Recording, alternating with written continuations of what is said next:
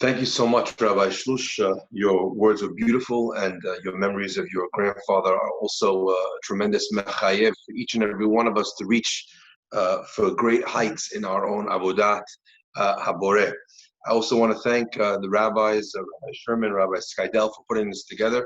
A magnificent opportunity in before this high holidays. You know, there's a high holiday of Rosh Hashanah and Yom Kippur, and what makes them the high holidays, the awesome, the Yamim Noraim, is because they're Yamim Noraim of Teshuvah. But each holiday has its own specific flavor and power, and Shavuot is the high holidays of Torah. In fact, I remember distinctly in Yeshiva, my Rosh Yeshiva at the time, Rav Yosef Eichenstein shared at the time with us something magnificent. He said when a person sits and studies on the holiday of Shavuot, so all of their reservoirs of Chidushei Torah, their access point to Torah, their ability to connect to the vitality that Torah gives a person's Jewish life, is all it stems from the place that he's in when it comes to the holiday of Shavuot. So the effort that you put in on Shavuot night to sit up and study, the joy that you have at receiving the Torah, that actually affects the amount of Torah you'll be able to learn, to study, to imbue, and to inculcate throughout the year. So it's the high holiday, if you will, of Torah. The topic of my talk was when heaven touched earth. Now I want to share with you, in Parshat Vayetchanan, there's a magnificent series of Pisukim. It's a series of Pisukim I think that sometimes do not get the focus and the attention that they deserve. And I'd just like to read them to you very quickly. The Pasuk says as follows: Rak hishameh lecha, be very careful. Ushmor nafshecha me'od, and guard your soul exceedingly. Pen tishkach et hadibarim, lest you forget the things asher ra'u enecha, that your eyes have seen. Upen yasuru milvavecha, and maybe from your heart may be removed these things. Kol yemechayecha, your whole life you need to remember these things. Again, what are these things? We'll see in a second. Vehodatem levanecha ulivnei vanecha, and you have a responsibility to teach these things over to your children and to your grandchildren. Yom asher amadeta lifnei Amunai, the day that you stood before Hashem Elokecha, your God. Wow. So what does that mean? So I think someone needs to mute. On this day, when a person came before God, and we stood as a nation before God, and God said to me at that time, bring them all together and let me teach them. And you all stood underneath the mountain.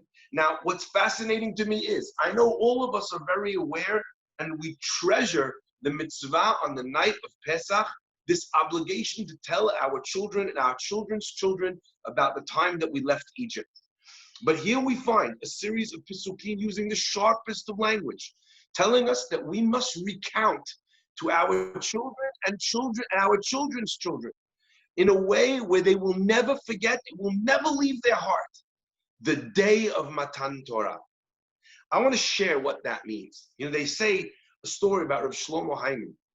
Rav Shlomo Hyman was a Maggid Shir who came from the old world to the new. And he came and taught his students. And there was one day where he was sitting and there was only two of them. He was already getting on in years. And he's sitting there screaming and thundering his ideas at the classroom. And they see it's taken a lot out of him. The students look at each other, look at the Rebbe. One of them, sheepishly raises his hand and he says, Rebbe, it's taking so much out of you, the shiur. There's only two of us here. You don't have to yell. We'll hear you, even if you talk a little bit more quiet. And Rav Shlomo Hyman looked at this boy and he said to him, you think I'm screaming for you? I'm screaming so that your children can hear me and that your grandchildren can hear me. What the Pasuk is telling you is communicate the idea of Matan Torah in a way where it will be impossible for your children and your children's children to forget it. I don't know that all of us do this. I don't even know that all of us religious Jews do this. But this is clear in the Pesukim in the Torah. So what are we communicating to our children and our children's children? What was this great day? Why is it not enough to just recount the mitzvot as they are, but that we need to recount that day when we stood at that mountain. What happened when heaven touched earth? So I'd like to share with you, Rabotai, a very interesting sequence of words. Moshe says, and you all came close. The mountain was blazing with fire to the heart of the heavens.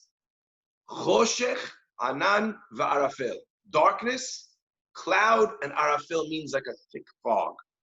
Our rabbis tell us that there were three different types of darkness that we are talking about here, that the light of Torah illuminated. One was the choshech, the darkness. You know, when it's dark in your room, all you need to do is light a candle, turn on the lights, and that's enough to dispel the darkness. In the darkness of ignorance, all it takes is a simple idea. You just need to tell somebody something, and the lights go on, and the understanding, the reason is there, and the darkness is dispelled. When it comes to a cloud, the problem is not actually, the problem is not because you're lacking light. You can have a cloudy day in the middle of the day and you can't see 5-10 feet in front of you because of the fog. You're inside of a cloud. In such a moment, what's missing is not the ideas of Torah, the wisdom, but actually the ability to penetrate this element which is trying to blind our eyes. That relates, first one relates to a time of ignorance, a person who doesn't know, who hasn't learned. His job is to learn Torah. The second person who's experiencing an element of darkness, his job is to try and dissipate, to clear away the other elements that are getting in the way of his light. You know, there was a rover that they sent way out into space, and it lasted for much longer than they ever thought possible. Because you know what? It was solar powered. So even though it was only supposed to be going for a short amount of time, every time it died, it would just sit there, the sun would shine on it, and it would keep moving. And it moved, you know, it outlasted their ideas by far more than Duracell or Energizer, okay? You know what finally actually knocked that out?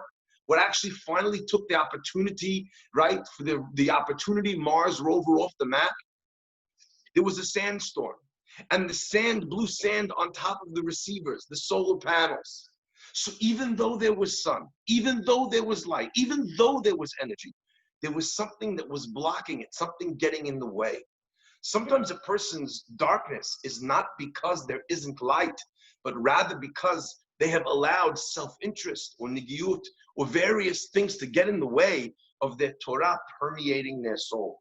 And finally, the last is Arafel, where it's actually fascinating. I don't know if you've ever been driving down the Palisades, and all of a sudden you come into this really thick fog. Your immediate reaction is actually one that can prove fatal. Your first reaction is, middle of the night, you turn your brights on. Can't see anything. But anyone who's ever driven in a situation like that will tell you that the second you turn on those flood lamps, those brights, actually all the light is reflected and it blinds the person himself. There's a third type of darkness that exists amongst humankind, where a person is blinded by the light. Not for lack of light, not because something's getting in the way of the light, but rather that the light itself is what takes away their ability to see. This happens when a person uses their religiosity. They use their Torah to try and feel like they are better, smarter, more valuable than their brother, than their Jewish friend. Vayichan Sham Yisrael Neged Ahar, when the Jewish people were capable of being one, camping as one, identifying as one people. In that moment, Torah was able to bring a fire from the Lev HaShamayim. It's fascinating to note that Am Yisrael got the Torah not in Eretz Yisrael, which is where you think God would give the Torah, but in fact, God gives it in the Midbar. It's interesting that the word Shamayim is an acronym for the words Sham-Mayim, that there are heavenly waters up in the heavens above.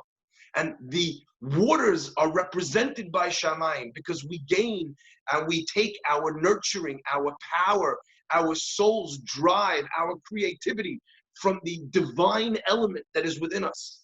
So when we turn to Shamayim, we experience a connection with that life-giving water, the Torah that emanated from there.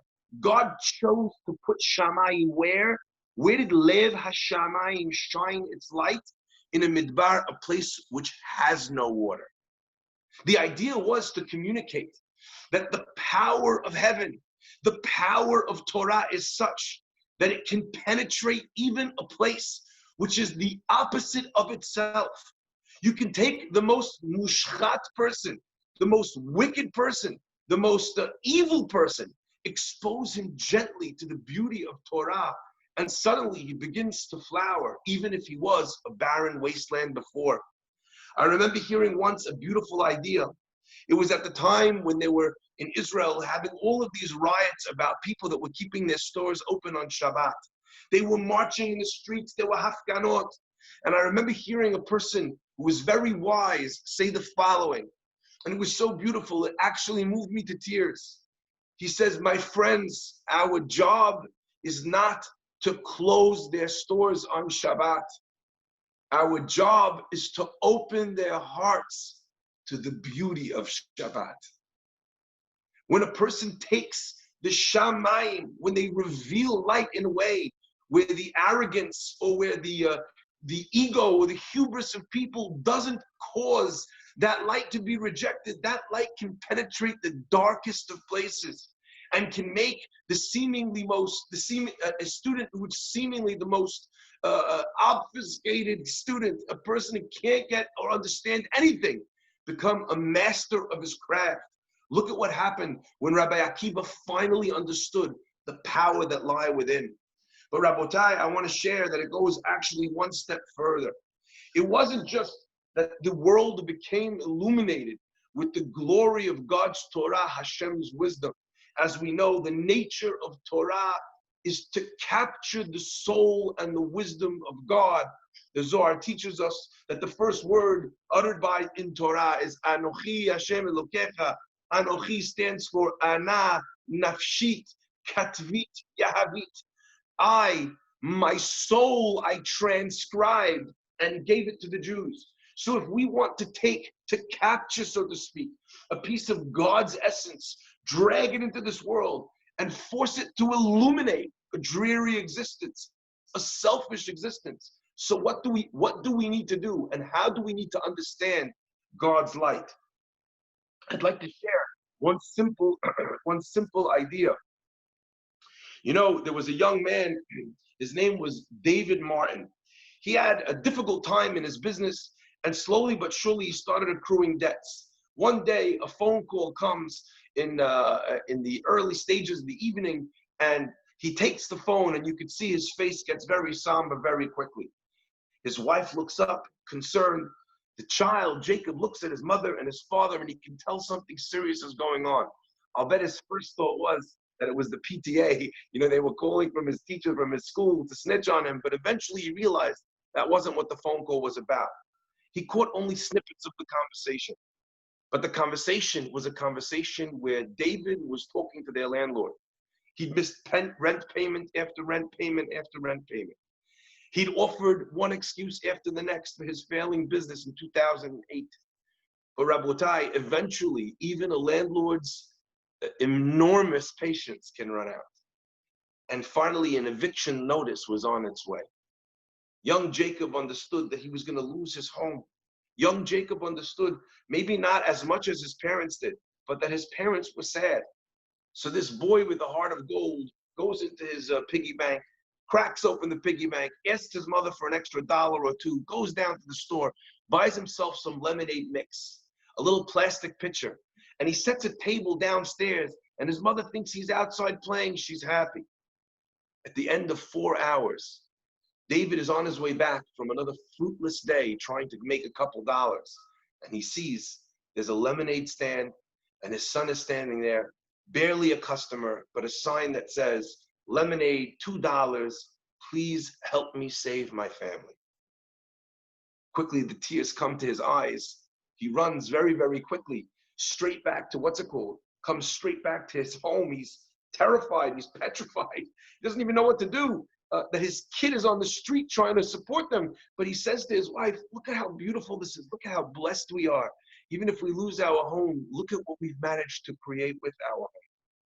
What he did not notice was that after this day, when Jacob came with $12, there was one person who stopped and was touched by the sign.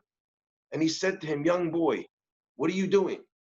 And Jacob said to him, "I have to save my family. We're going to lose my apartment. I didn't tell my parents what I'm doing. I just took my savings and I'm selling lemonade. I'm sure I'll be able to make enough money to pay back all the rent and that we could keep our home." Guy's a reporter. Beautiful story. He knows this is going to be a great puff piece. He writes it up, tells the child, he says, "It's so nice, so wonderful." He says, "And I think maybe I'll share it with some of my friends." Jacob thought that meant he was going to tell some friends to buy lemonade. Little did he know that the article goes into a periodical, into a newspaper in Philadelphia. It gets picked up and kicked around by some news stations. Next thing you know, there's lines all the way around the block. Ladies and gentlemen, Rabotai, a little child understands that he could do something. And whether it is enough or not, he recognizes that for him to put out an effort is going to do something. Who else hears about this? None other than the landlord himself. He doesn't want to play the villain in the story. So he comes to an agreement, and indeed it is Jacob that saves his whole family. My friends, that is what happens when heaven touches earth. When earthly beings that are limited understand and learn and recognize that their little tiny deeds in a parched desert are capable of touching the very heart of the heavens itself. Every word of Torah, every amen, every bracha, every mitzvah that we do can yield unbelievable fruits. I hope that you, I, and all of Am Yisrael take this holiday and pass it on in this way to our children and grandchildren. Chag Sameach.